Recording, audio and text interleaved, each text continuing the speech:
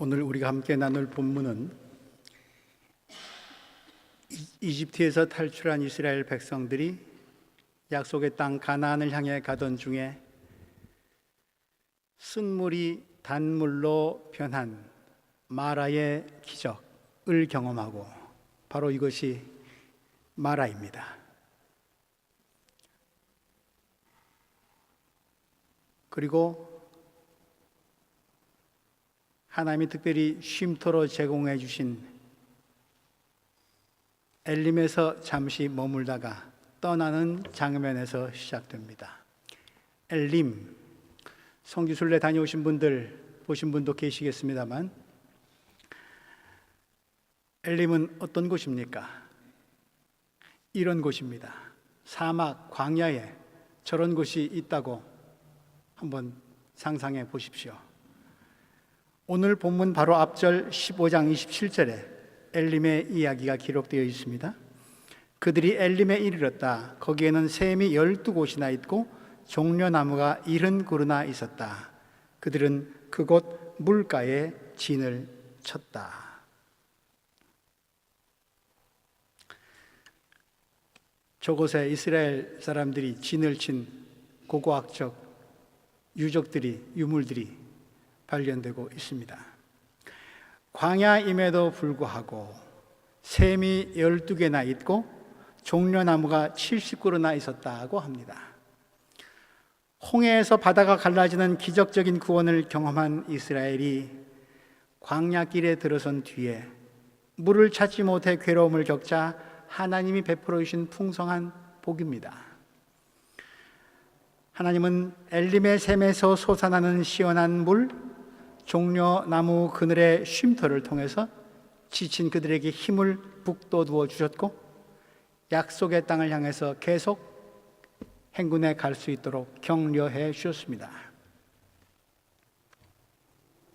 우리 모두 광야 같은 인생길을 살고 있습니다만, 하나님의 말씀과 인도하심을 그럼에도 불구하고 붙들고 쫓아가려는 여기 모이신 교우 여러분들에게도 엘림의 은총이 함께 하시기를 기원합니다.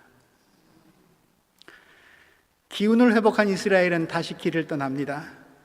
이집트를 떠난 지 45일째 되는 날, 요즘 달력으로 한다면 4월 중순경쯤 이스라엘은 다른 광야, 신광야로 들어섭니다.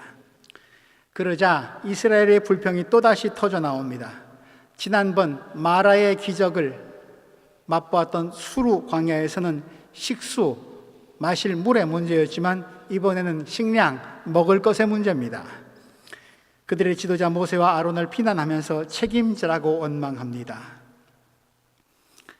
그들은 이렇게 외치네요. 3절 말씀, 차라리 우리가 이집트 땅 거기 고기 가마 곁에 앉아 배불리 음식을 먹던 그때에 누가 우리를 주님의 손에 넘겨주어 죽게 했더라면 더 좋을 뻔했소.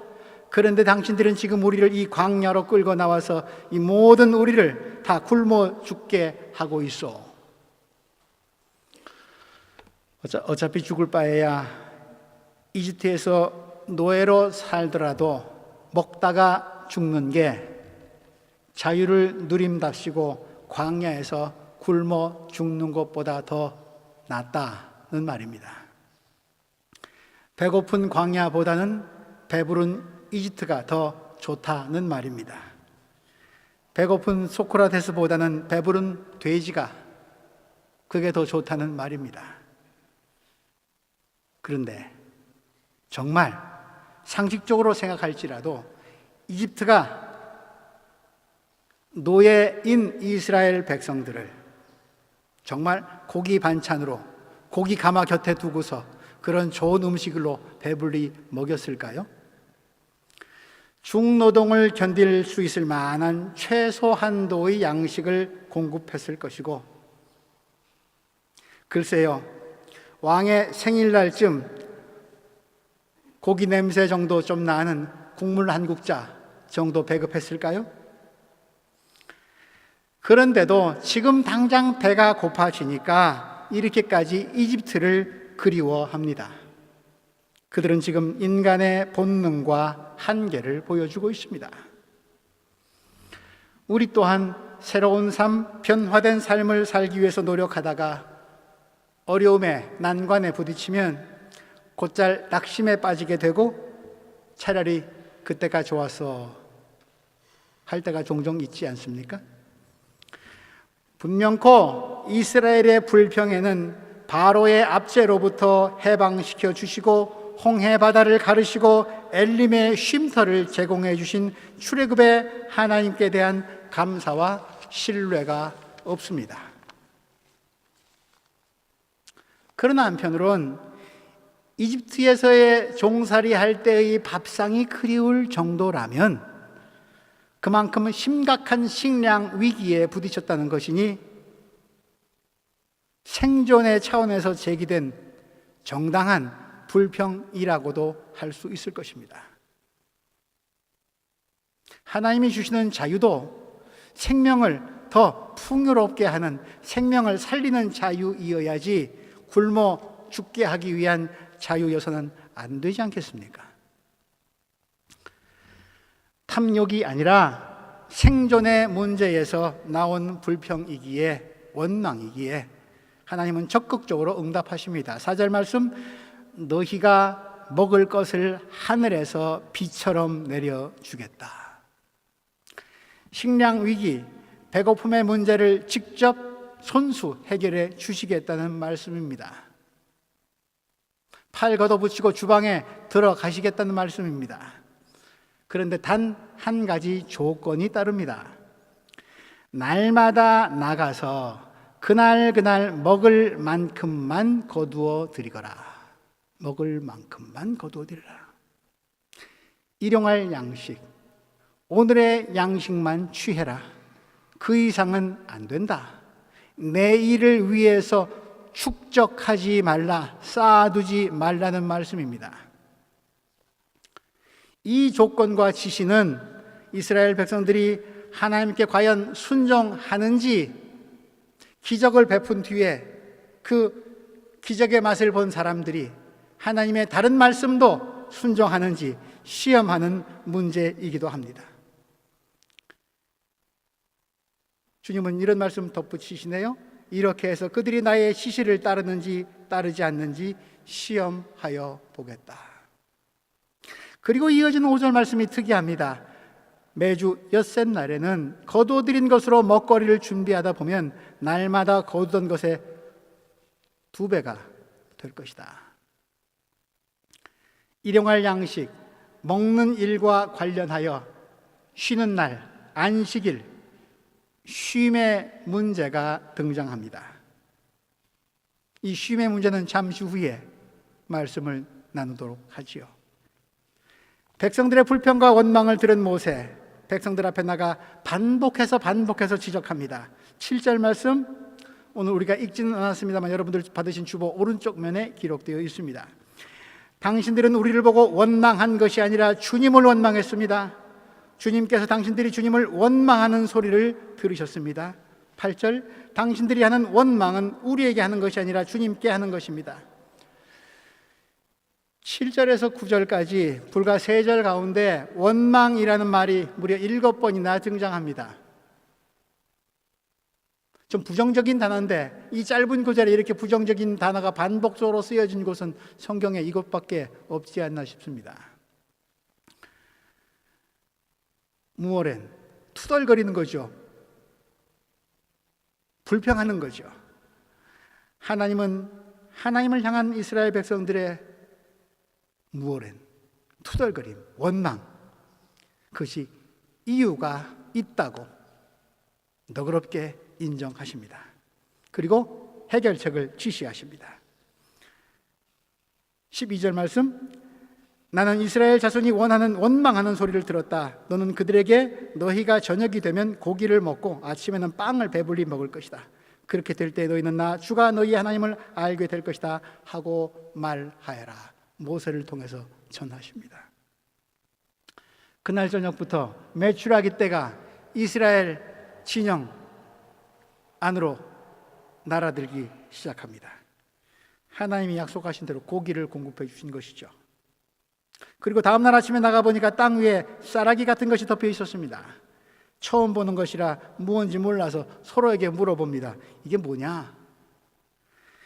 바스 이스트 다스인데 히브리 말로 만후입니다. 여기서 만나라는 말이 유래되었습니다. 이게 뭐냐? 라는 물음에 모세가 간단 명료하게 대답합니다. 주님께서 너희들에게 먹으라고 주신 양식이다. 하나님이 일용할 양식으로 주신 메추라기와 만나는 위기의 때에 하나님이 주신 특별한 은총의 선물, 특별한 은총의 선물이기도 하지만, 그러나 그 지역을 다녀보신 분들은 아시겠지만 일반적인 자연 현상으로도 설명할 수 있습니다. 이스라엘 백성들이 메추라기 때를 만난 것은 오늘 본문 1절에서 우리가 잠깐 나누었듯이 4월 중순경입니다. 4월 중순 이후가 되면 이때는 메추라기 때가 이동하는 그런 절기라고도 합니다. 이동하는 메추라기 때가 이스라엘 진영으로 날아든 것이죠. 마침 때 맞춰서. 만나, 일종의 진딧물 같은 벌레가 사막에서 자라는 나무의 열매를 거기에 구멍을 내서 그 열매의 즙에서 구멍을 낸 그곳에서 그 열매의 즙이 나오는데, 그게 응고가 되면 흰 빛깔의 알갱이처럼 그렇게 굳는다고 합니다. 단맛을 갖고 있는데 온도가 올라가면 그냥 분해되어 버리고 날이 서늘해지면 다시 굳어서 응고된다고 합니다. 그러니 한낮에는 녹아서 금세 부패하거나 아니면은 단 것을 좋아하는 개미들이 먹어 치우기 때문에 아침 일찍부터 주워 모아야 한다고 합니다. 화학적으로 분석을 해보면 풍부한 탄수화물과 당분을 갖고 있어서 이곳에 지금도 살고 있는 원주민들은 이걸 모아서 빵처럼 구워 먹는다고도 합니다. 오늘 본문 저 뒤편 16장 31절에 그런 기록이 있습니다. 이스라엘 사람들은 그것을 만나라고 하였다. 그것은 고수씨처럼 하얗고 그 맛은 꿀 섞은 과자와 같다. 지금도 그곳에서 일어나고 있는, 생기고 있는 자연적인 현상입니다. 이렇게 설명하면, 이렇게 풀이하면 만나와 메추라기, 그것은 기적이 아니라 일반적인 자연 현상일 뿐입니다. 그러나 이스라엘은, 성경은 그것을 자연적인 것, 당연한 일로 받아들인 것이 아니라 하나님께서 이스라엘의 원망을 들으시고 하나님이 직접 개입하시고 침투하셔서 식량 위기를 극복하는 해결책으로 주신 것이라고 하나님의 자비와 은총의 선물로 받아들였습니다. 신비스럽고 무슨 초자연적인 것에서 하나님의 손길을 느낀 것이 아니라 지극히 자연적인 현상 가운데서 하나님의 손길을, 터치를 느끼고, 무슨 유별나고 특별한 게 아니라 일상의 삶 속에서 하나님의 선물을 발견하고 그분의 자비와 은총을 맛보고, 그리고 하나님을 향해서 마음을 열 수 있다면 그거야말로 진짜 배기 믿음의 능력 아닙니까? 기적을 보고는 누구나 믿으려 하지 않습니까? 일상 속에서 우리의 믿음은 얼만큼이나 됩니까? 무심히 지나칠 수 있는 것들, 당연하게 여길 수도 있는 것들을 그런 믿음의 눈으로 다시 보면 삶의 모든 순간과 세상의 모든 현상들이 신비와 기적으로 가득 차 있습니다. 숨 쉬는 일, 결코 당연한 것 아니죠. 보고 듣는 일, 느끼고 생각하고 말하는 일, 울음과 웃음, 사랑하는 사람들의 눈빛, 아기가 태어나는 일, 작은 씨앗에서 꽃이 피고 열매가 달리는 일, 봄, 여름, 가을, 겨울, 당연하다고 여겨지는 것일수록, 공짜로 누리고 있는 것일수록 참으로 가치가 있고 의미가 있는 것들입니다. 그리고 그런 것들은 내 능력과 인간의 힘으로 만들 수 있거나 돈으로 살 수 있는 것은 더더욱 아닙니다. 잠시만 생각해 보아도 세상은 기적과 신비로 가득합니다. 일상의 삶 가운데서 하나님의 손길, 하나님의 타치를 느낄 수 있기에, 그렇게 체험할 수 있기에 우리는 불평할 일도 많이 있지만 그럼에도 불구하고 감사를 잊지 않을 수 있고, 원망할 일도 있지만 노래할 수 있습니다. 그래서 우리 오늘 찬송했습니다.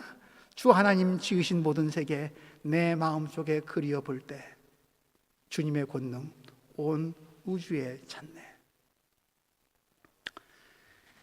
이처럼 만나가 단순한 먹거리가 아닌 하나님의 특별한 선물이므로 이스라엘은 만나를 대하거나 먹을 때 하나님을 생각하면서, 그분이 만나를 주실 때 하신 말씀을 생각하면서 세 가지 사항을 지켜야만 합니다. 그 첫 번째가 16절 말씀입니다. 주님께서 당신들에게 명하시기를 당신들은 각자 먹을 만큼씩만 거두라고 하셨습니다. 먹을 만큼만 거두어라. 만나를 대하는 방식입니다.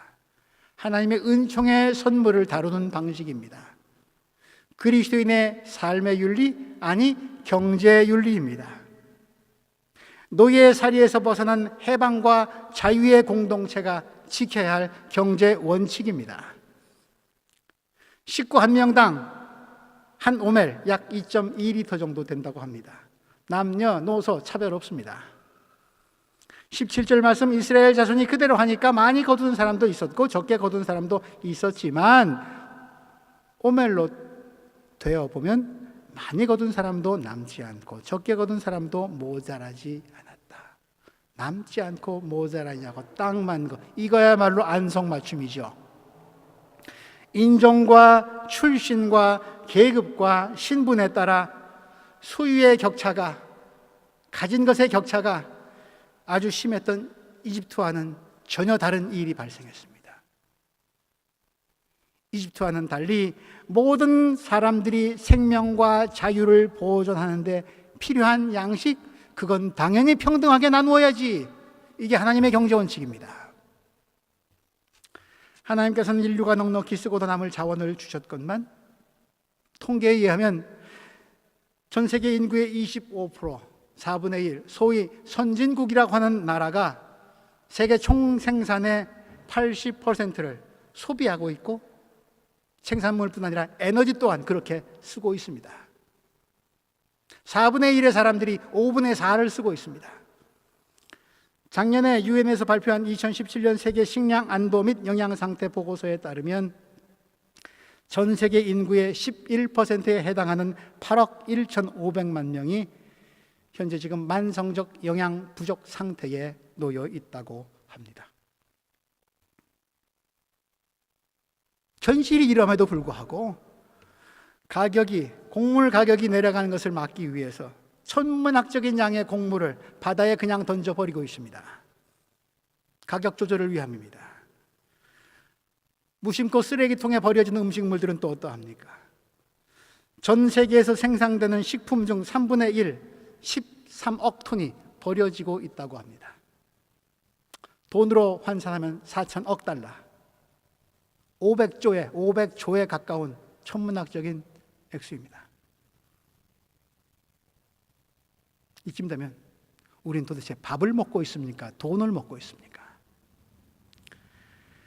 식량이 무기가 되어버린 오늘날의 세계 경제는 이집트를 닮았습니까? 출애굽한 이스라엘을 닮았습니까? 출애굽 공동체의 두 번째 경제 윤리는 19절 말씀입니다. 모세가 그들에게 아무도 아침까지 그것을 남겨두지 말라고 했다. 비축하지 말라는 말씀입니다. 4절 말씀과 동일하지요. 날마다 나가서 그날 먹을 만큼만 거두어 드려라. 저축을 하지 말라는 말씀은 아닙니다. 사회복지제도가 필요 없다는 말씀도 아닙니다. 이집트의 고기 가마를 그리워하는 그들에게 주시던 경고입니다.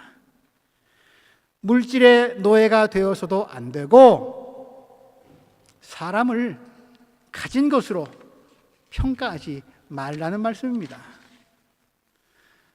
물질과 돈에 거기에 궁극적인 가치나 절대적인 신뢰를 두지 말라는 말씀입니다. 그 모든 것의 주인이시고 이 모든 것을 지으신 하나님만을 전적으로 신뢰하거라. 택하라는 얘기죠. 하나님인지 바알인지. 이 말씀을 따르지 않고 남겨둔 것, 주머니에 좀 숨겨놓은 것, 만나만 보일 뿐, 기적만 보일 뿐, 기적의 주인이신 하나님은 보이지 않는 사람들이 비축해 놨더니 20절 말씀, 벌레가 생기고 악취가 풍겼습니다. 오늘의 세상은 어떠합니까? 나누지 않고 더 많이 쌓아 놓으려고 서로 투쟁하다 보니까 벌레가 꼬이고 있지 않습니까?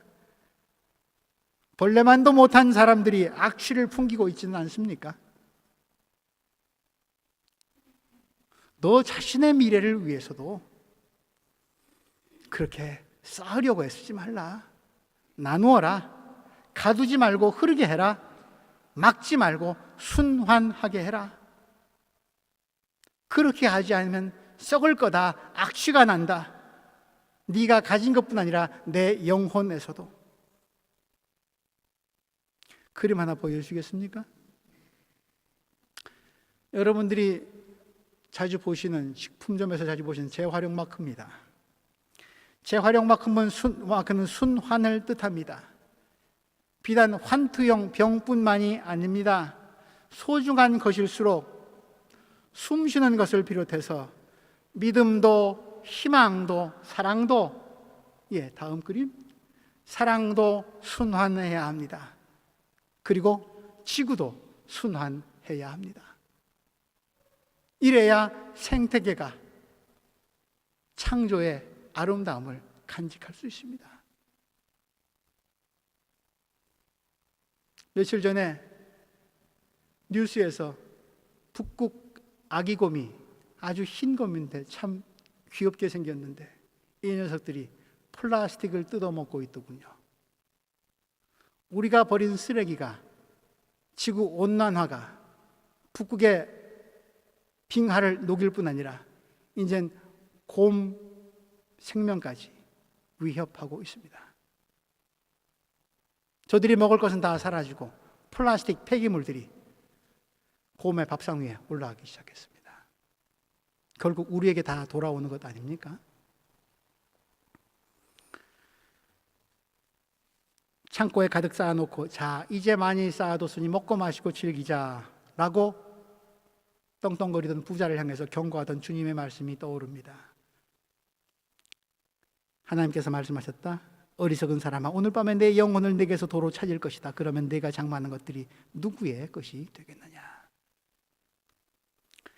탐욕을 금하고 일상의 필요를 위해서 그 작은 필요조차도 하나님께 의존하고 그분으로부터 온 것임을 감사하는 삶의 방법을 배우고 실천하라고 주님은 말씀하십니다. 만나 공동체의 살림 지혜입니다. 만나 공동체가 받은 세 번째 경제 윤리, 그것은 오늘 본문 다음 구절 23절 4절에 있습니다. 제가 읽겠습니다. 23절 4절 말씀입니다. 모세가 그들에게 말했다. 주님께서 하신 말씀입니다. 내일은 쉬는 날로서 주님의 거룩한 안식일이니 당신들이 구울 것은 굽고 삶을 것은 삶으십시오. 그리고 그 나머지는 모두 당신들이 다음 날 먹을 수 있도록 아침까지 간수하십시오. 그들은 모세가 명령한 대로 그것을 다음 날 아침까지 간수하였지만 그것에서는 악취가 나지 않고 구더기도 생기지 않았다. 세 번째 경제 윤리는 여섯째 날에 이틀분을 거두고 일곱째 날에 쉬라는 것입니다. 쉼입니다. 안식입니다. 사람도 짐승도 안식이 필요합니다. 쉼. 창세기 첫 장, 둘째 장에서도 우리가 확인할 수 있듯이 쉼. 하나님의 창조 질서, 창조 세계의 일부분입니다. 창조는 쉼으로 유지되고 쉼으로 다시 시작됩니다. 쉰다는 것, 쉼, 휴식. 그래서 그것은 창조주 하나님께 세상에 주권이 있습니다. 당신의 말씀에 내가 순종하겠습니다 라고 하는 신앙 고백이기도 합니다.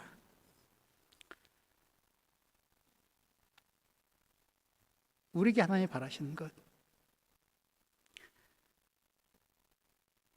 쉬어라, 무조건 쉬어라. 너의 일상적인 필요가 이것이 있음에도 불구하고 오늘은 쉰다니까 무조건 쉬어라, 그런 말씀이 아니죠. 배가 고플지라도 안식일이니까 굶어라, 그런 말씀 아니죠. 안식일이 사람을 위해 있습니까? 사람이 안식일을 위해서 있습니까? 당연히 제도가 사람을 위해서 봉사해야죠. 사람의 쉼이 그만큼 중요하다. 일상적인 필요를 채워주겠다. 쉬면서 너 자신을, 너 주위를, 그리고 세상을, 그리고 우주를, 그리고 절대와 궁극적인 것을 한번 돌아다 보아라.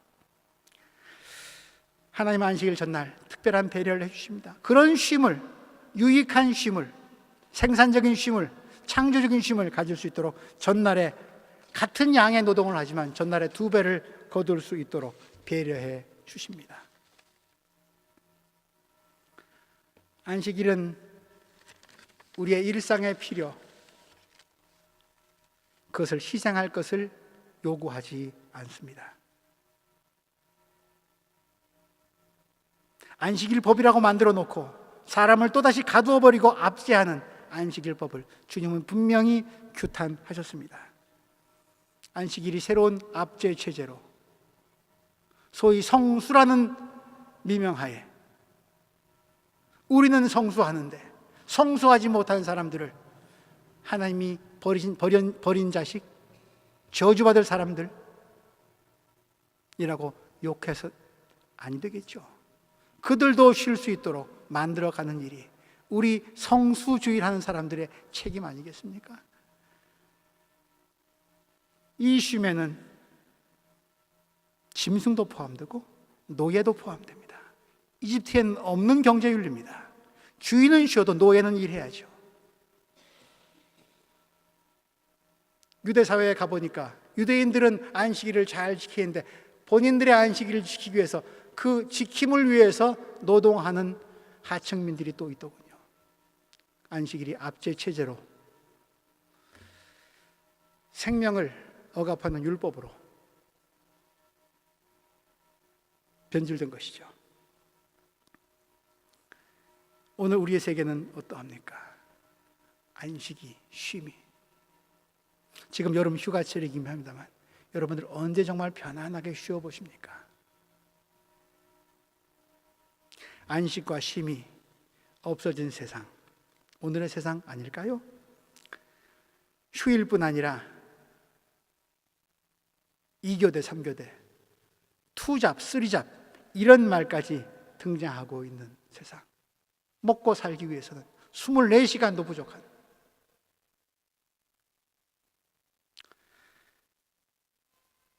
이런 현실 속에서 안식의 이야기, 쉼의 이야기 굉장히 사치스러운 이야기로 들려옵니다만 이것이 없어진 세상을 하나님이 슬퍼하신다고 하는 것 우리 그리스도인들이 깨닫고 엘림의 휴식을 위해서 쓴물도 단물로 바꾸시는 하나님의 능력과 은총을 의지하면서 그분으로부터 모든 것이 온다, 그분께 우리의 불평과 원망을 쏟아놓을 때 그분께서 우리에게 베푸시는 은총이 어떤 것인지 기대하면서, 그러나 그 하나님의 경제 윤리에 살림살이에 순종하는 삶을 우리 먼저 조금 불편할지라도 삶으로 옮겨보는 일. 그래서 쉼의 맛을 보고 이 맛이 필요한 사람들에게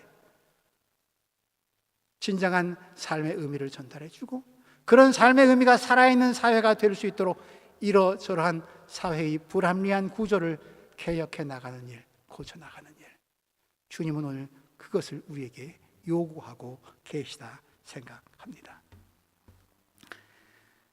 이런 하나님의 요구 조건들이 이스라엘 백성들 잘 받아들여졌을까요?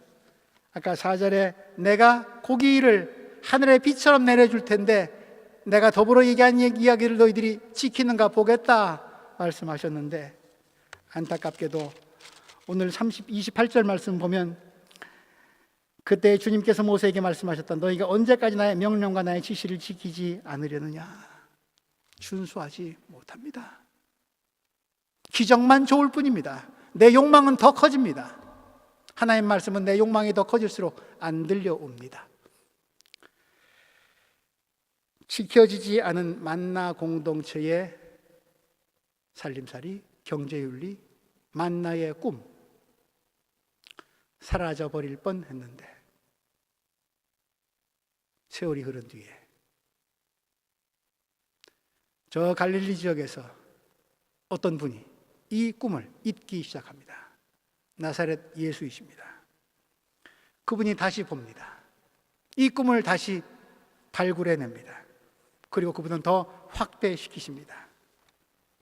여러분들 받으신 주보 오른쪽 면에 있는 말씀이 주님의 말씀입니다. 이 말씀이 기록된 요한복음 6장의 앞뒤의 구절을 보면 유대인들이 예수에게 요구합니다. 만나의 기적, 그런 거, 그런 좀 신기한 건 좀 보여달라. 그럼 믿겠다.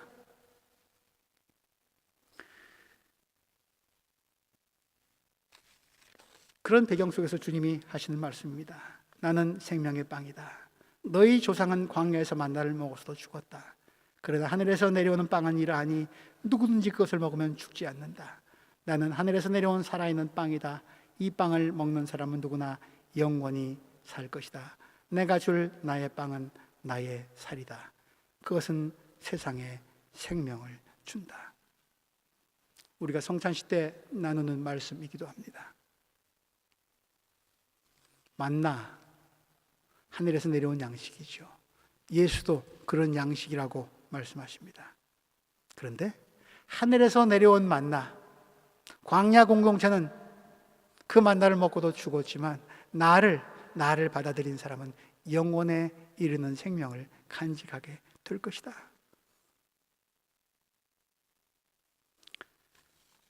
그렇습니다.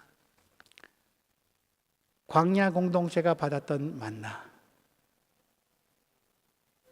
사라져버리는 만나의 꿈을 다시 잊고 확대시키신 예수 그리스도라고 하는 만나, 하나님의 자비와 인도하심을, 함께하심을 우리에게 드러내주고 있습니다. 물질의 차원, 경제의 차원에서 발생하는 결핍과 위기가 우리 공동체 가운데 그런 어려움을 겪고 있는 분들이 많이 있을 것입니다. 물질적 차원의 결핍이 신앙의 위기로, 믿음의 흔들림으로, 하나님에 대한 불확실로 가지 않기를 바랍니다. 오늘 찬양팀이 노래했습니다.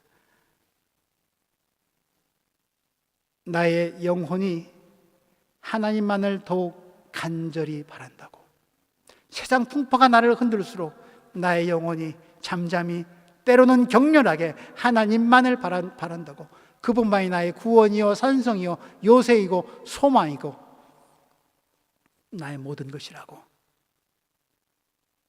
우리의 삶의 자리가 궁핍해질수록, 약해질수록, 결핍이 많을수록 생명이 어디서 오는지 다시 돌아볼 수 있는 계기가 되고, 나의 약한 곳이 하나님의 강함이, 능력이 드러나는 기회가 되기를 바랍니다. 이것이 만나의 기적의 참 의미라 생각합니다. 이 기적의 의미를 깨닫고 아직 자유와 참 해방이 필요한 세상, 그곳으로 우리 나가서 만나에 굶주린 이웃들 만납시다. 그리고 만나 넘어, 식년 넘어 계시는 그것의 주인이신 예수님을, 하나님을, 그분을 지시하고 보여드릴 때 우리가 함께 나누는 작은 밥상은, 작은 사랑은 영원한 나라를 향한 생명의 빵이 될 것입니다. 기도합니다. 하나님,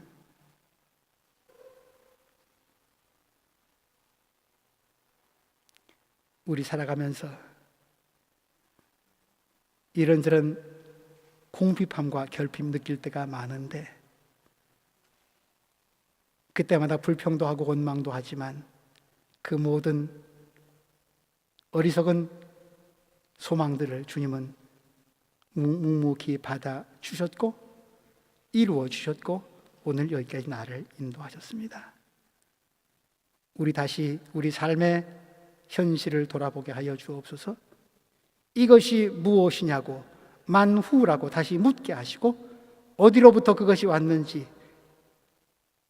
생각하고 주님을 바른 자리에 모시는, 우상을 제하는 참 그리스도인들 될 수 있도록 인도하여 주옵소서. 교회가 그런 만나 공동체, 살림 공동체, 생명 공동체를 이루어가는 일에 앞장서게 하옵소서. 예수님 이름으로 기도합니다.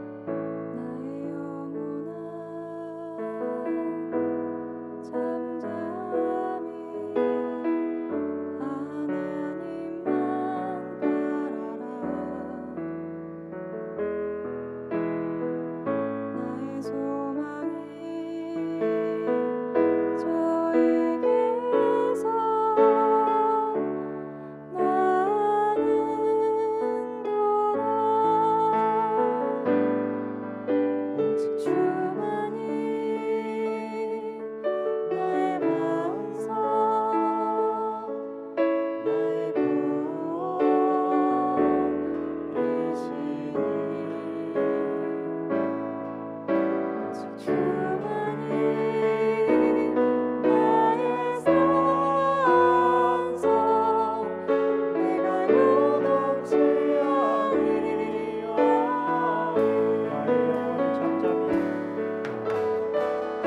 나의 영혼이 잠잠히 하나님만 바라며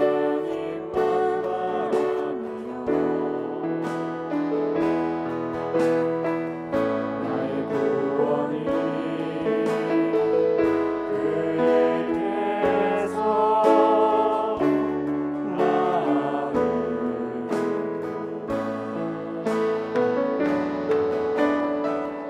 나의 영혼아 잠잠히 하나님만 바라라. 나의 소망이 저에게서 나는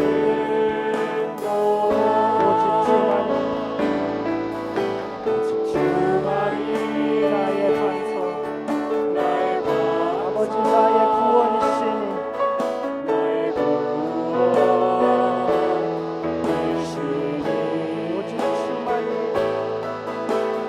주만이 나의 산성 내가 요동치 아니하리. 나의 영혼이 간절히 나의 영혼이 간절 여호와를 갈망하며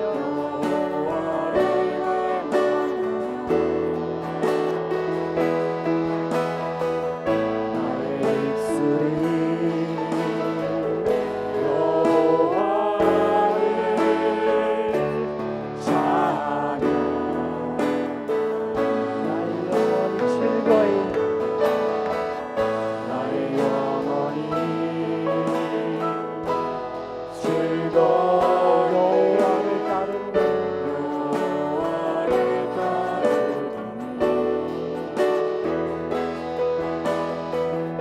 나의 평생에 여호와를 송축하리. 아버지 오직 주만이 나의 반석 나의 구원이시니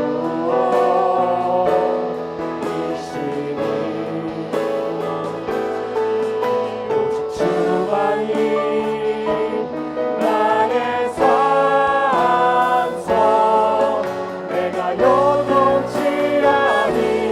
다시 한번 고백한 마음으로 나의 오직 주만이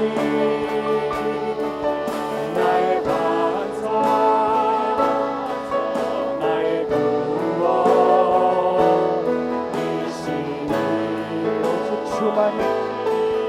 오직 주만이 나의 산성 내가 요동치 아니하리. 나의 구원 나의 영광 나의 구원 나의 영광 하나님께 있으니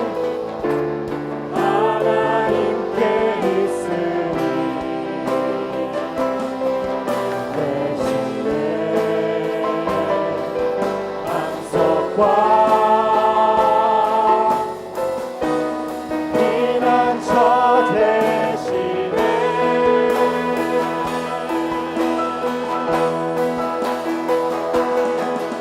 오직 주만이 나의 반석 나의 구원이시니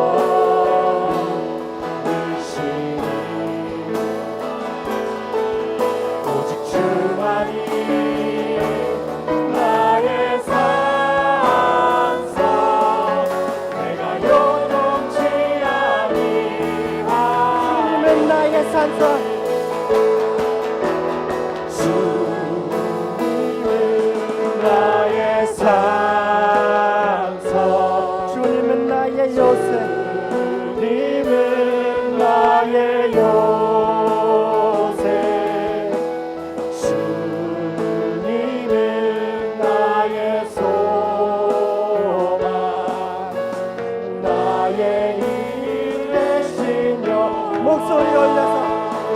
주님은 나의 산성 주님은 나의 산성 주님은 나의 요새 주님은 나의 소망 나의 힘이 되신 여호와 주님은 나의 산성 주님은 나의 요주님은 나의 소망 주님은 나의 소망 나의 힘이 되신 여호와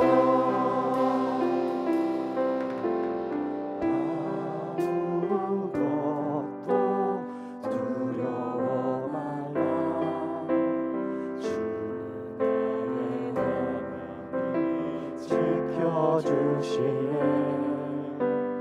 놀라지 마라 겁내지 마라 주님 나를 지켜주 다시 한번 처음부터 고백드립시다 아무것도 두려워 마라 아무것도 두려워 마라 주 나의 하나님이 지켜주시네 놀라지 마라 겁내지 마라 주님 나를 지켜주시네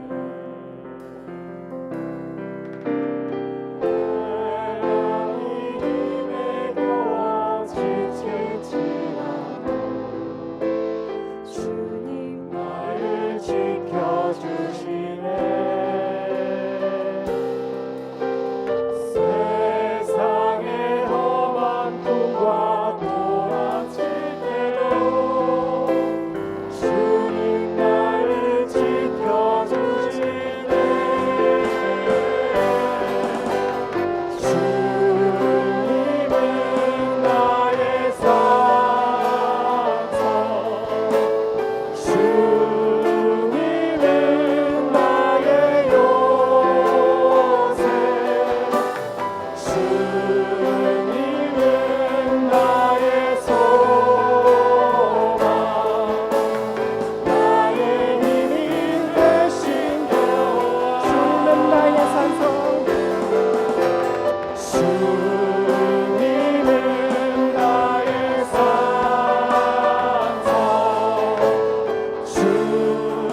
주님은 나의 요새 주님은 나의 소망 나의 힘이 되시다 주님은 나의 산성 주님은 나의 산성 주님은 나의 요새 주님은 나의 요새 주님은 나의 소망 나의 힘이 되신 여호와 내 맘이 힘은 영원 지치지라도 내 맘의 힘이 더 지칠지라도 주님 나를 지켜주시네